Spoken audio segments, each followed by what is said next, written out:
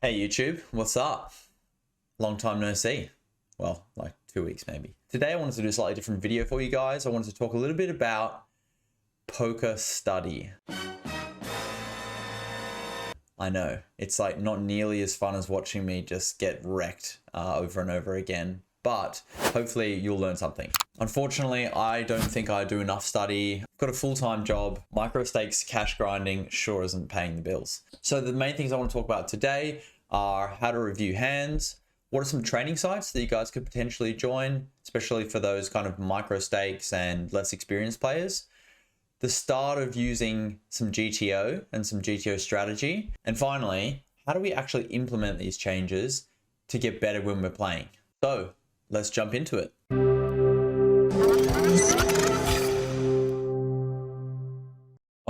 All right, let's start with the basics. If you don't have Poker Tracker 4, what the hell are you doing? It's honestly just what you have to get. It's a software which can assess all of the hands you play. It gives you tons and tons of statistics. It's super customizable. Most people watching this video are probably just like, yeah, move on. But this is such a useful tool. Honestly, like I paid $70 or something for it years ago, years and years ago, and you get to keep it forever. So let's get into what I would actually do if I was going to be studying or reviewing a session. So we're going to go over to the view stats tab up here in the top left. You've got cash games and tournaments. So we're just going to stick on cash games because that's what I'm playing. You can filter for the month, the stake, everything. So I've only played about 4K hands, but I tell you what, it's looking a hell of a lot better than last month, which was just a downward spiral of hell. In this example, let's just filter by session. If we go here on the bottom right, and we can see a couple of the sessions that I've played. Let's look at this particular session where we can see here that we lost about 3 buy-ins. So a lot of the time I'll do this after a session and I'll just go back and I'll review the hands that I played and just see if there's anything that I could have done any better. So our biggest losing hand is just here. You just double click it and you get kind of a rundown of the hand. Let's replay the hand. I'll just make this a little bit bigger for you guys. So as you can see, we've got kings on the button. We get an open just here from middle position and we get a cold call from the cutoff. So I think a lot of the time here, we're obviously going to want to be squeezing. I think typically about 3x plus 3 big blind for every limper. So I would hope here that I would raise to a minimum of 60 cents, but hopefully it's even more like 70, 75, just because I think people are going to be overcalling at these stakes. 63, that seems okay to me. And then we get a cold 4-bet, which is a very interesting move from the small blind here. And they obviously both fold. Now, we've got a couple of options here. When he's cold 4-betting, obviously it's really strong. Equally, there's quite a lot of money in the pot. So he could be doing this with a lot of ace X, even be doing it with, jacks, queens, a lot of different hands. So in my opinion, in position here, we probably just want to do a lot of calling, but I think a lot of the time we can equally just jam and hopefully get it in. We flat call in this scenario, and we get a flop of 6 jack 8 rainbow. I think he's never really hitting sixes here. I think at some frequency he's got a set of jacks and it's obviously a rainbow texture. And he starts off with a 1/3 size bet. So I think this is pretty standard from him. In all honesty, I think we should just jam here. And if he's got aces, he's got aces. I think we're going to be beat here sometimes. However, if he's got, let's say, we do block ace king of hearts, which isn't the best card to have. However, if he's got ace king of diamonds, ace king of spades, he can pretty easily call here, I guess, if we jam. And we do jam. Okay, so by the way, I haven't actually seen this hand, so I think we're doing the right thing. And obviously expected to get snapped by jacks, queens, aces here a lot.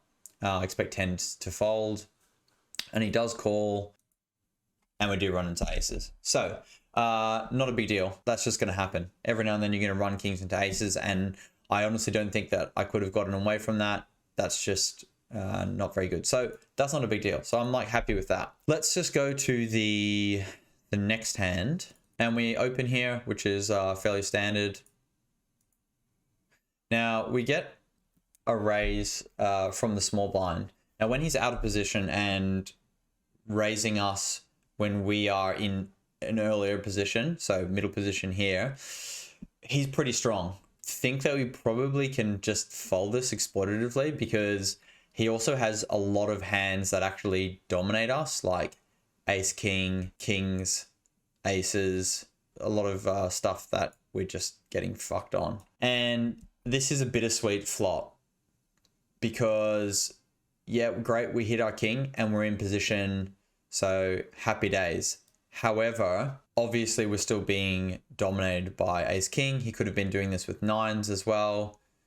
So we should be treading pretty carefully, in my opinion. And also, just a point that's worth mentioning is we're both quite deep stacked here as well. So he starts off with a half pot bet, and I think we've got a pretty standard call here. I don't think we want to raise, given that he's still got ace king in his range and nines in his range. I think flatting here is fine.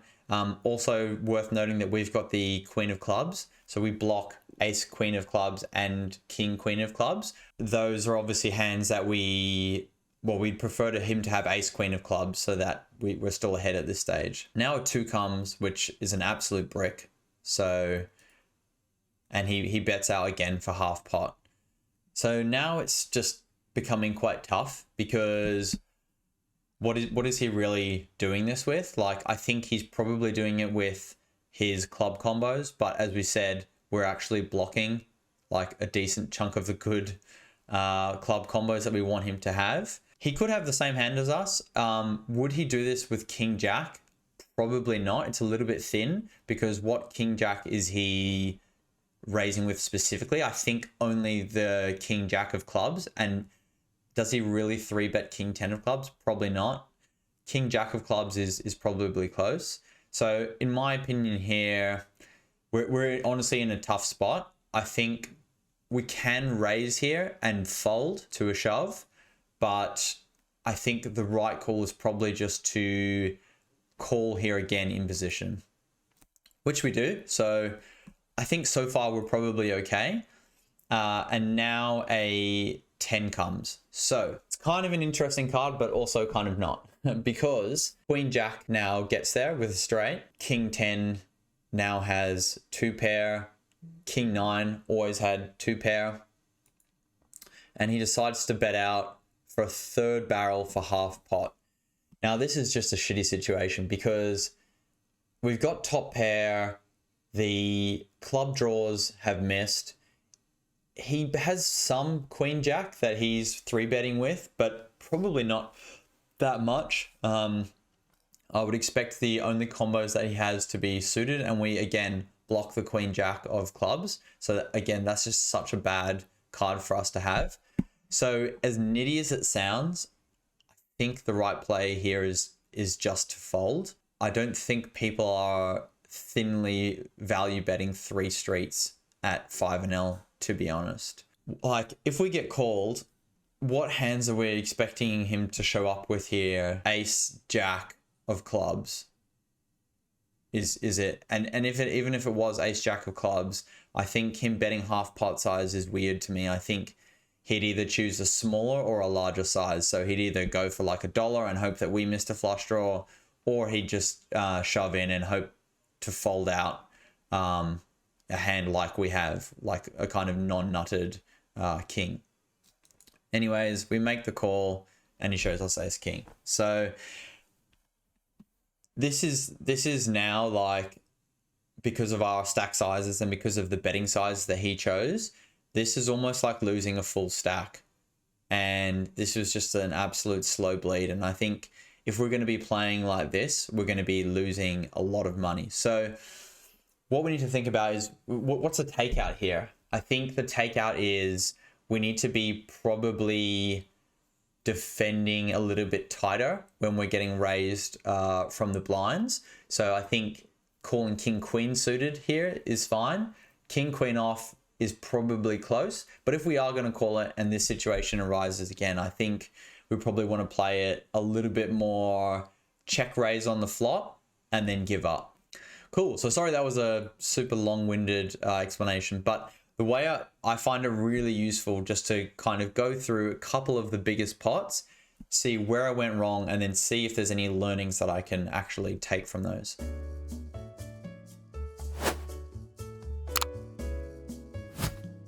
So if you guys have ever Googled poker, you probably get 1,000,001 retargeted ads for different poker training sites, and there's so bloody many of them.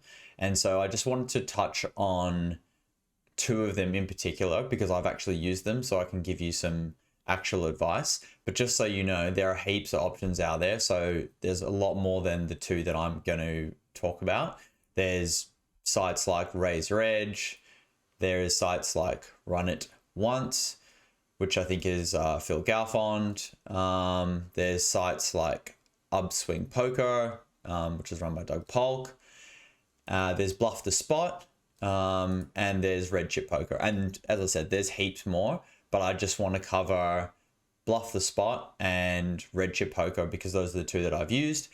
And I'm in no way affiliated with any of these sites. I'm not nearly good enough to actually be affiliated probably, but I wanted to talk about my experience with them and why I chose them. So let's get down to it.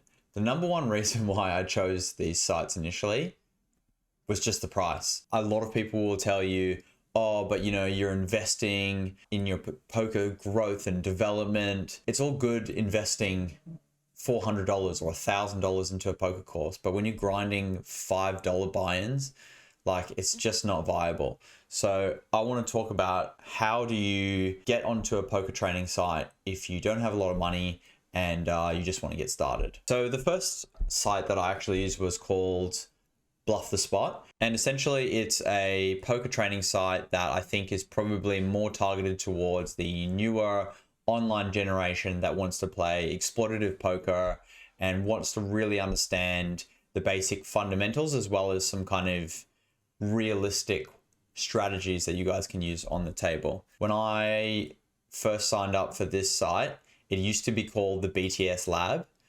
and it was really cheap. I think I got it on sale for half price and it was like $20 a month, which I think is super, super reasonable. And I've just realized now as I'm creating this video that they've upgraded it to be called the BTS Academy and it is definitely more expensive. So it starts at $170 per month. So obviously that's a lot more than I had initially been paying. And fair enough, they probably have got more coaches and more videos now. The one thing I will say about BTS in my experience is that a lot of the training videos and the seminars were very heavily based around solvers and GTO and what you should be doing in those particular spots.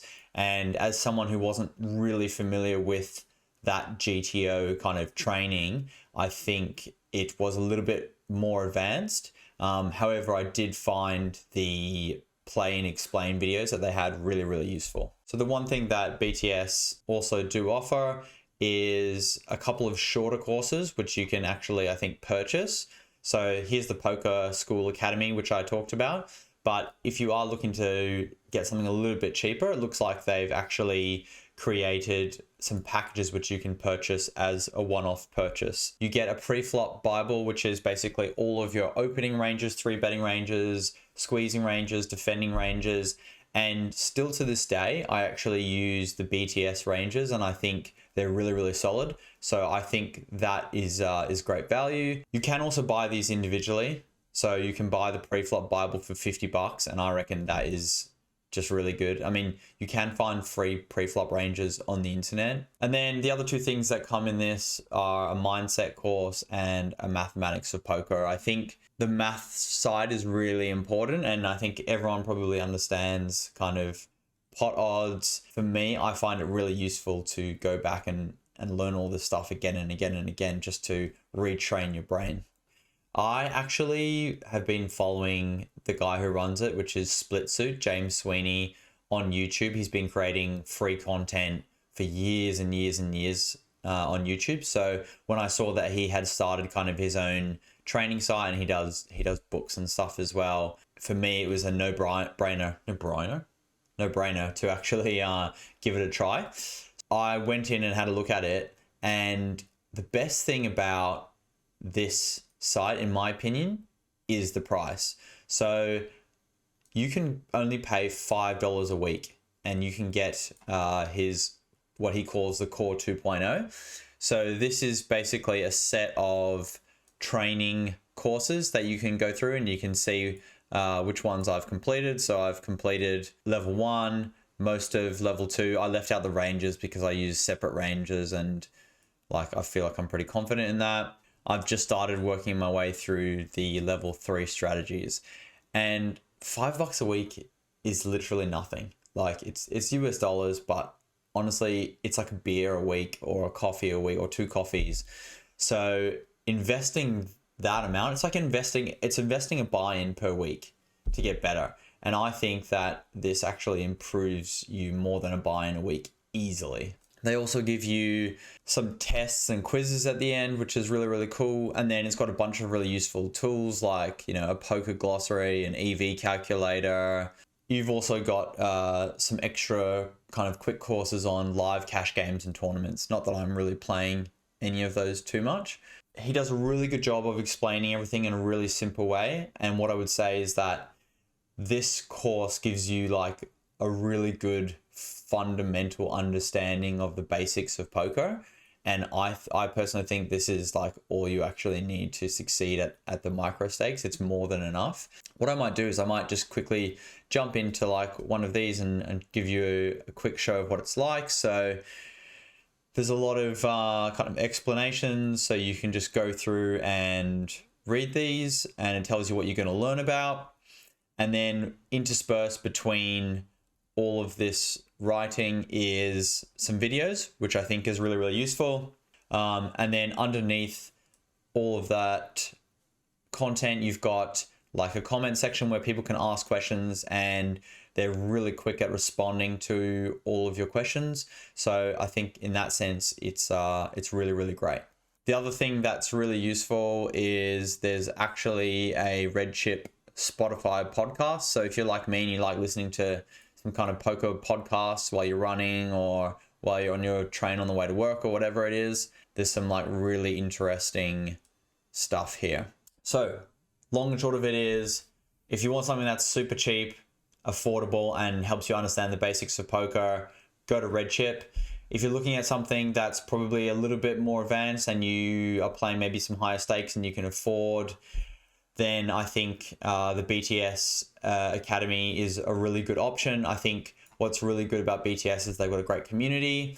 But I'm really interested to know from you guys what training sites you've tried. So please let me know in the comments below if you've tried any other training sites, how much they cost, were they worthwhile, did you actually learn anything, do you think it's all a lot of shit? Well, that took a lot longer than I expected. You'll notice that I'm in different clothes because I had to re-record the ending to this video because I didn't even get to put in half of the content that I wanted to.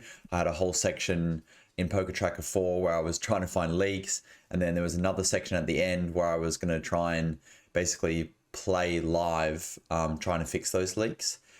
Unfortunately, it ended up being a lot longer than I thought it would be, so I had to cut a lot out. So if it seems a little bit disjointed, I'm sorry about that. It looks like we might need to do a part 2 to this video if you guys want to do that. If you guys are interested in hearing some more about how I actually find leaks in my game and how you can find leaks in your game as well, then please leave a comment below and let me know. Otherwise, I'll just keep making content of me losing, I guess, or winning. For now, I hope you guys really enjoyed the video. If you did, please make sure you give the video a thumbs up. It really helps my channel as I'm growing. And just wanted to finish off with a super quick thank you to everybody who has subscribed and liked and followed and commented. It's been a really exciting journey for me starting this channel, so big ups to you, and I just want to keep this gravy train going. Gravy train? Thanks so much, guys. Catch you on the next one.